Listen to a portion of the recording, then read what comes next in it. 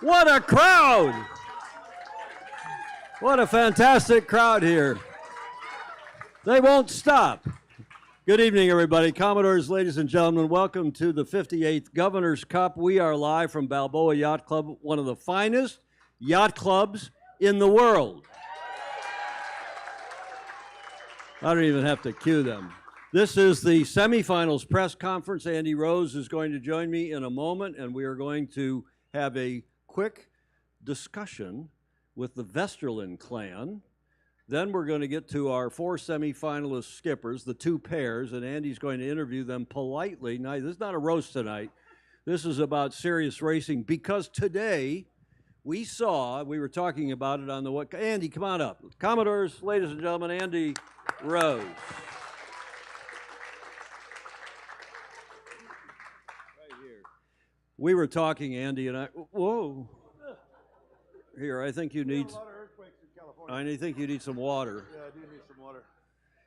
We were talking on the way in tonight that we can't remember race 4 evening. The night is normally Friday night. We can't remember going into the final day when both semis were tied 1-1. Yeah, we've generally, that's absolutely true. We've generally 1-1. The reason we don't try to do more than 2 semi races on the day before the end of the series is because if somebody's, they could win the semis, we'd have nothing to do on Sunday until the finals. But it's awesome. I mean, these teams, we expected this. These 4 were the favorites to get into the semifinals. They did.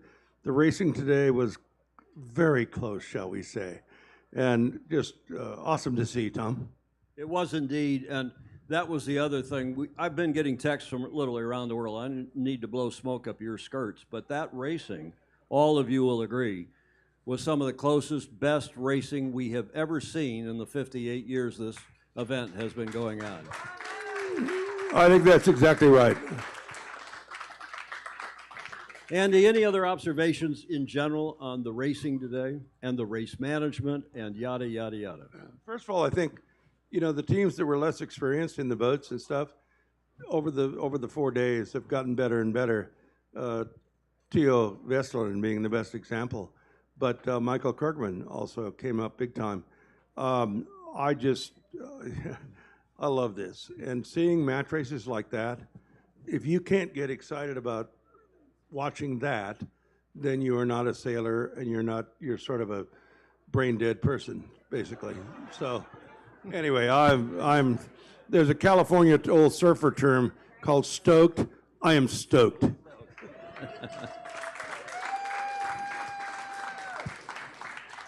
Okay, just a quick note on our television schedule going forward.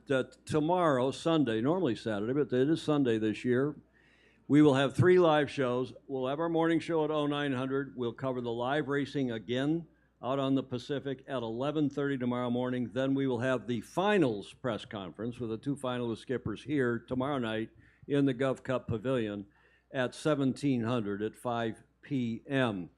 If you want to look at the results, I've combined the 2 round robins, 1 and 2, with the total scores. And as you probably all know, Justin and his team came out on top on 20 points, and Team Hyde on 18, Tapper on 16, Pinckney on 15, and it was close. Andy, explain what was going on, because we weren't sure if it was going to be Morgan or Teo, I guess, going into the 4th position in the semis. Morgan Pinckney sails with me, and he's become a good friend, I hope. So now I can give you some. Oh, anyway, Morgan was pretty much. We figured yesterday evening that it was pretty much the semifinalists were done, but there was a shot. If Teo won every race, and Morgan lost every race, it would change things, and Morgan would make the semis. Really great sailors. Morgan, of course, immediately lost the first 2, but just to make our TV stuff much better, which I thank you, Morgan, for. But then the last race he had to win. Great sailors win the race they have to win, and Morgan Pinckney did. Awesome. Now to look at the rest of the results, hotly contested again this whole week. Interestingly, that you mentioned Michael Kirkman from my home state of Michigan, and he and his team were in sixth, and then a tie between Siena and Dillon, Nichols and C, the Cross Harbor rivals here, tied, and that tie was broken in favor of Siena. That's why you see her on top in seventh place, Dillon C in eighth. And Team Melchior, Kemp, Fong, and Letty in 9, 10, 11, and 12, respectively. And Andy, what are those teams doing now for the rest of, tomorrow for the rest of the Well, I believe they each got one race in, I believe. So it's the first of two. So everybody, all the sailors will be racing tomorrow, which is something that we're very proud of at the Governor's Cup. You know, there's another format that the world uses with quarterfinals, and they excuse a lot of people, and then they let them sail in something. We think this is a pretty good format. So the fifth place finisher will sail against the sixth place finisher for who gets fifth, the seventh and eighth, etc. And we had one race in each one, and I think it's going to be, that's more excitement tomorrow. So everybody's racing tomorrow, but we're going to be focusing on GovCup TV, of course, on the semifinalists, the four teams, the two matches, which, as we said in the press release and a moment ago, are tied 1-1. We can't remember when that happened. Probably did sometime. Probably did, but can't, it's pretty exciting. Can't remember when. If you're just joining us from somewhere around the world, this is Saturday here in Newport Beach. We're in day 4 of the semifinals, and we always do a press conference. We have a chat going on here, people from around the world filling in. Larry Kennedy, Colin, your dad's on as usual, and people literally all around the world. Awesome coverage. This is great. Keep them racing. I don't know who the hell that's from, but I guess it's all from Larry Kennedy. That's from someone not on the race committee. You know that. Okay, to start off, a little bit different approach here for this semifinals presser. Andrew, we have normally just done the 4 skippers, but because it was so tight at the top, how's that for alliteration? And I didn't go to Stanford, Harvard, or Yale. Well, at this point, I'd be amazed to be able to say that. But it was so tight at the top, and when we made a bit of a deal about how tight a squeaky entry that was, I shouldn't use that expression, how tight it was for Morgan to get into that 4th spot. And Theo Vesterland almost, after winning race after race after race, almost getting it, we decided we'd put Theo and his coach, Marius, into the show. Please welcome to our stage, Theo Vesterland. Marius, you sit next to me. And joining him on the stage, of course, in the big slide here, I got to put a slide up as well. That almost looks like you're in modeling or something. Huh? That's not Theo, that's obviously his coach, Marius. Marius, great shot. Yeah, thank you. Yeah, Marius has better hair, without question. Yeah, Marius, for those of you who don't know, Marius joined us a few years ago and was instantly the funniest person. We tried to get up the clip of when the semifinal press conference in his second Governor's Cup when he and Jeffrey Peterson were there. And he was, what did you say about it? What did you say to Jeffrey there? Yeah, there was a lot of things about Jeffrey that day, but one of them was that Max Brennan with his nice blonde hair was distracting us on the downwind, and he was quite intimidating when he was pumping right behind us, and that was one of the things I think we were talking about. And then I had some dreams as well. That's the one, the dreams. So tell us about your dreams, Mario. Yeah, well, normally before racing, when I'm really excited, I'll kind of dream about the day before, trying to get a little insight going into the day. And I think, I don't quite remember what I was dreaming about, but there was something with Jeffrey. It obviously wasn't winning, but no. Go ahead. No, yeah, I don't quite remember, to be honest, yeah. I have a lot of dreams. It was, if you see pictures of that press conference, we were all in hysterics. We could not talk. I mean, Marius was amazing. So, as I said Tuesday night, he is still auditioning for my position here, in a few years. But so tell me about, Marius. I made a mistake also Tuesday night. I thought there were 12 boats that year. It was the year after COVID, so there were only 10. So Marius was indeed in the top 10. Yeah, thank you. Well, yeah. But Marius, had there been 12 boats, well, anyway, we'll go past that. Yeah. But the second year Marius was a semifinalist. Your brother almost made the semifinals in his first year. So was it the coaching or the sailing? Well, yeah, I think I don't know. It was a great combination. I think Theo, he got to sail a few events with me, you know, see how you're supposed to do, and then he came over here and had a great team with him. They were all very open-minded, and yeah, I don't know. Did you guys have any good dreams as well? Yeah, do you have any dreams? I don't know. I was dreaming a bit about the Justin tonight, actually. It was. I mean, we knew we had to beat Justin to even have a chance, and even though we beat Justin, we knew we would probably not even have a chance. But for some reason, I do remember a bit. I was dreaming about our first match a bit, Tim just passing us, and we're like, this can't happen again. But it kept happening over and over tonight when I was dreaming again. So I was just trying to avoid that happening, I guess, today. Oh my God, we're going to need a psychologist for him to get over this. Yeah. I'll tell you, that's, Jesus Christ. I'm going to need a psychologist to get over it with the Vestroden brothers. I think I'm only one member of the selection committee, and I have no influence. But Theo, if you come back, I suspect you'll be invited. Yeah, I mean, if I'm invited, I'll be here for sure. It would Awesome. be nice. Excellent. All right, guys. Thank you. Thank you. Theo Westerlund, his coach and older brother Marius Westerlund. All right. from the Royal Göteborg, the GKSS in Sweden.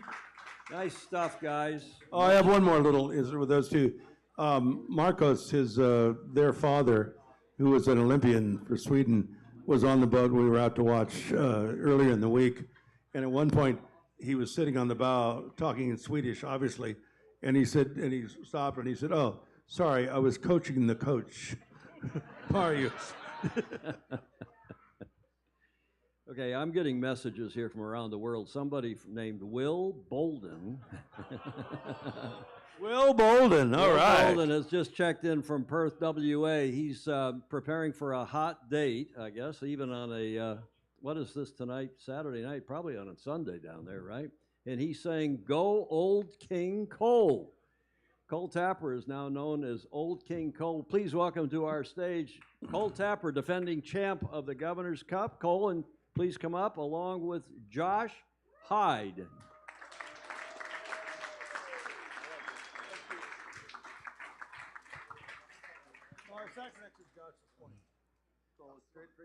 You can just.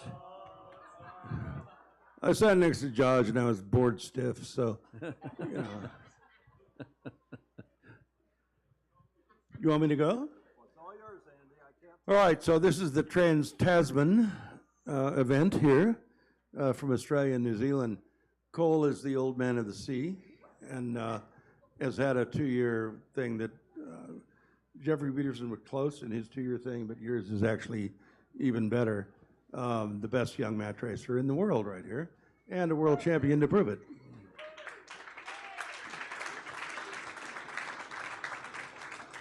But Cole, you're now entering into our vintage, which is you're no longer qualified. So then you gotta count on old age and treachery versus youth and enthusiasm, and that generally works. But I haven't seen a lot of treachery from you yet this week. You seemed a little sort of off. Yeah. So talk to me about that.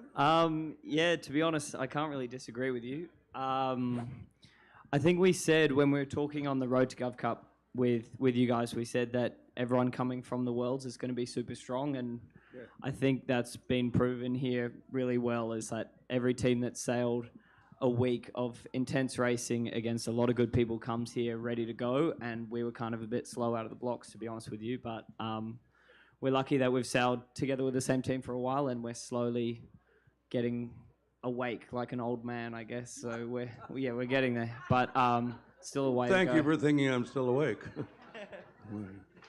Yeah, no, I had said that the jet lag people are, may have a bit of a problem, and, I think you're right, but on the other hand, they had an extra week of match racing right before this event.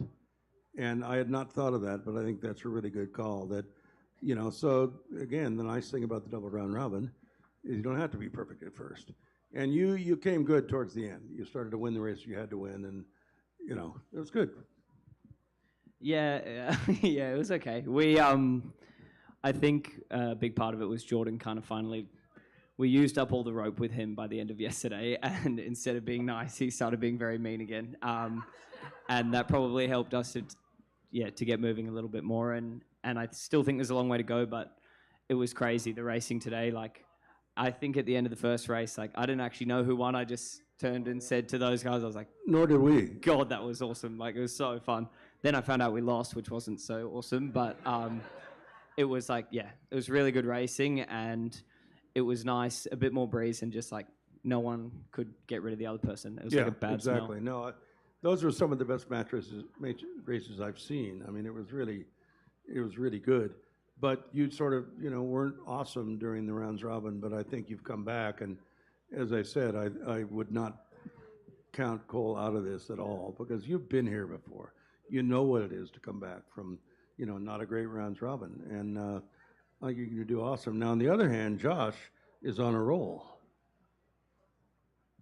Yeah. I hope so. Yeah, no, I think, you know, Josh is younger than some of us. And he, you know, this week, especially after Josh, I think you admitted when we talked the other night that, yeah, the worlds were, oh, God, you know, let's forget all about that. Well, obviously you did, because I think you've been sailing fast and really smart. And I couldn't pick a winner. If I was forced to predict a winner, I couldn't with these 4 semifinalists.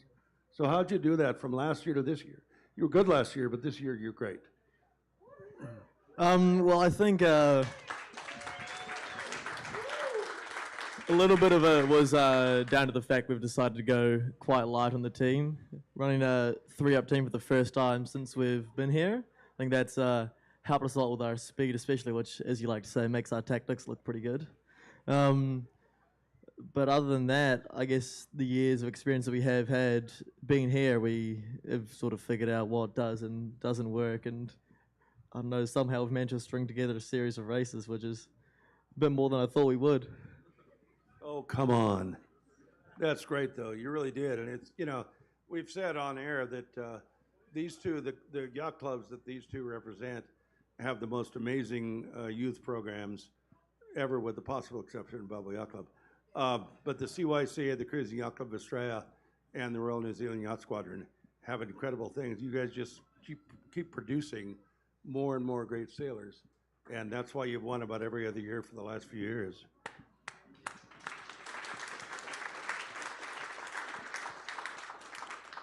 All right, boys. Well, what's going to happen tomorrow? How do you feel? Cole, how are you going to just pound him? I don't really know how to want you respond to to that, notice. Andy. Cole, I want you to know I have a 2-shot now, so we can see the reaction shot from Josh and vice versa. Oh, yeah, okay. We can look into each other's eyes Yes, sir. before the pounding tomorrow. Well, actually, that's a good thing before you pound somebody.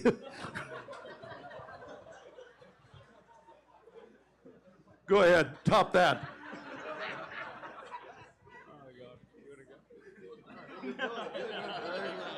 This just became an R-rated show, but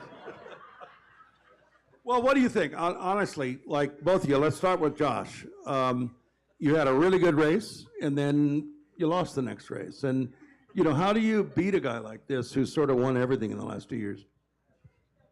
That's a very great question, and I'm still not really sure the answer to that. But I think we're slowly figuring it out. I think a lot of what we're doing is just managing to get off the line equal, and then from there it's just a matter of finding some weird way to get around them and trying our best to stay in a terrible dogfight, which we did in the first race, and we sure gave him a little bit of a run in the second one, which was quite an exciting race, but I'm not sure. We'll have to see how the next ones go. It was a very exciting race. If you haven't seen it, it's all on-demand stuff. It's terrific. Cole, what do you think of the same question? Yeah, well, I mean, we've raced each other a lot now, and it's always been a good series, so I'm really excited. I think coming off the water today is the most excited we've been just because it was such an awesome day, and I felt the most mentally drained I have in a very long time. But I think that, yeah, after the first race, thankfully Justin's crew actually came over to us and passed on a message from Jordan to do a head dunk, and that sort of brought a bit of life back into the team late in the day, and we might have to get onto that program a little earlier. In fact, I think they stole our move and did one too, and it worked out well for them as well. So last year, Cola told me that after they were behind 0-2 to Jeffrey, they did a head dunk, which he had learned from another sailor, which seemed to work. And, you know, I was a little worried about this year when he was still a blonde because the peroxide would have killed a lot of marine animals there. But anyway, well, all right, guys. I mean, I'll tell you, it is so much fun to watch. You guys just, it's awesome. Thank you. Good luck tomorrow.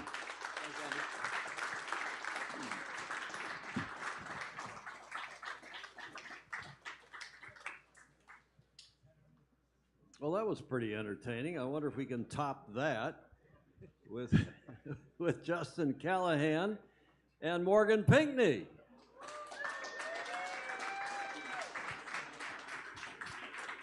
Morgan, you sit here. Morgan is my spirit animal, so you got to sit next to me. So, Justin Callahan won the double round robin, clearly, and got to the finals because he had won the double round robin, clearly. But the first race, you lost to him, I believe. Yeah, we did. It was we had a pretty even start. We did what we wanted to do. We said we wanted the right. We got the right. Their team hooked into a nice little left pressure and just weren't able to get quite back into it. But definitely never felt like we were out of it. Well, we kept it close the whole race, and so still felt confident, still ready to go, and just felt totally calm and ready for the next race after that. All right, well, Morgan was expected to be in the semis, but managed to start off the day rather poorly, shall we say, 0-2, and had to win the last race to actually get into the, when Tio was doing so well, he had to win the last race to get in. And I've always said, really great sailors rise to the occasion. You did. Yeah, I mean, the two races before definitely kind of woke me up a little bit. I was not too happy with those, and I think we kind of came together as a team in the right moment and capitalized on the learnings that we had from the previous two races. All right. So then we come to the Excuse decision. me, who did he beat in that last race? Who did you beat Morgan in the last race of the rounds robin? Our friend right here. Yeah, so then it came time, Andrew, carry on. Well, that's a perfect segue into, okay, so now the winner of the rounds robin, Justin Callahan, gets to decide on his opponent among the semifinalists. And for the first time I've ever heard, they were about to announce it and then said, no, Justin needs a little more time. Oh, what the hell were you thinking about? But anyway, he chose Morgan, and I saw a little bit of our team did a little interview with Morgan, and after the last race, Morgan of the rounds robin was very confident, and he says, God, I don't know why he picked me. I'm going to beat the hell out of him. But that's awesome. I mean, you know, this is not, you guys have seen, you know, the GP50s, Sail GP, all that stuff. They're all the professionals giving totally political speeches, no matter what. It's pointless even to interview them. But Morgan just says it like it is. I don't know why he picked me. You know, that's great. There might have been a little adrenaline. A little adrenaline? Well, that's good. Adrenaline is a helpful thing in match racing. Not so much in fleet racing, but in match racing, it really is. Remember, it's that 1,000 volts of electricity shot up here, whatever. Anyway. So now, tied 1-1. What's your, you know, Justin, you did so well. The rest of what do you do anything different, or do you just try to do what you do better? Yeah, I think we're always trying to improve. The three of us have never sailed together before this as a team. So So I think it's still, keep improving the 1% every single time going around the race course. Just improve the sets, improve the douse, jibes, tacks. But I don't think the plan was to change much. Just keep trying to chug along, and hopefully the results fall well for us. Yeah, I said this earlier, Morgan, about you guys. You seem to be, you and your crew are coming out of maneuvers really fast, whether it's downwind jibes, whatever. I'm impressed as hell, and you're gaining sort of all the time. And that's got to be helpful. Oh, I totally agree. I love my crew. I'm super grateful to have them, and I'm just trusting them. We're mitigating splits, keeping it super simple, and that works out really well on the wind. And in the lighter stuff, there might be a little more tomfoolery, but that little edge from the tomfoolery. little edge definitely helps out. I have a question, if I may ask Andrew. I'd like to ask each of these esteemed skippers what advice they would give to the other one going into tomorrow's racing. Good question. Should get better at picking other opponents. FO is not a good answer. I don't have any advice. I don't know. I have nothing to say. I don't know. Morgan? We picked the fourth seed. Morgan already did. Shouldn't have picked me. Well, that went over well. Should I ask another question? We should call it off. No, I think at some point, Tom, we need to realize the seriousness of this event. You just saw it. That's fair. And just to extend this a little bit, I mean, not only did Morgan beat Justin in that last match of the round, right? You guys have been arch rivals. It says in the press release. I just read it in the press release. Oh, well, it must be true. Is it on the internet? Arch rivals on the collegiate sailing scene for the two top Ivy, I guess they're the two top Ivies, right? Harvard and Harvard and Yale. You guys have been going at, you're good friends, I know that, but you've been going at it tooth, hammer, and tongs here on the collegiate circuit. Justin's been named College Sailor of the Year. Yale was...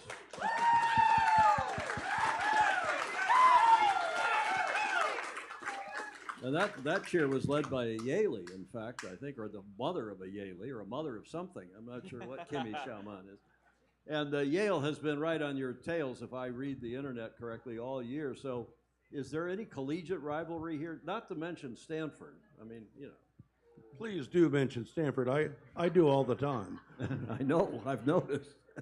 I think rivalries are good, but I think when you have, not just Morgan and his team, but you have so many other great teams here, and we just came off the Worlds, and all of us are sailing a lot. I think it's just, the level of the match racing in general is just extremely high here.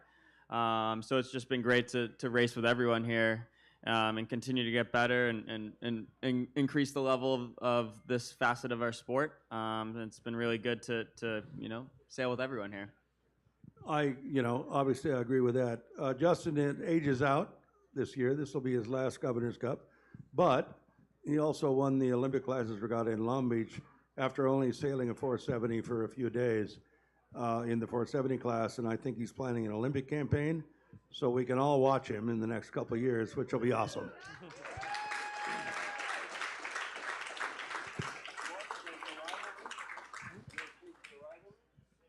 Yeah, I mean, we've been great friends forever, and for me, the sport's all about meeting cool people and having great experiences and going great places, and he's been an essential part of that for me, so it's great to have him here today and be competing. You still want to beat the shit? Oh, sorry. Anyway. All right, guys. Well, thank you very much. We are extremely excited to be able to broadcast tomorrow the rest of the semifinals and the finals. You will see some of the closest racing you've ever seen, which in match racing is really exciting. Thank you. Thank you. Thanks. Okay, that's it for day 4, the end of our press conference here. We will be going live tomorrow morning here on the GovCup stage under the pavilion at 0900 for the morning show. I wonder who we should put on the morning show tomorrow, now that we've had these 4 up here. It's a hard act to beat. I don't know. Well, we'll think about that. We'll figure it out. Morning show at 0900, normal competitors briefing with Christine and Dr. Don and so on. And then tomorrow, live racing at 11:30. 11:30, we go live again out on the water. Then we're back in here tomorrow night, 2 hours earlier at 1700, 5 p.m. Pacific, for the finals press conference, followed immediately by the awards ceremony. And there will be another reception by this incredible Balboa Yacht Club food and beverage people, so you'll be well fed. Indeed. That's it. That's it for us. Thank you very much for joining us. Hope to see you tomorrow at 0900.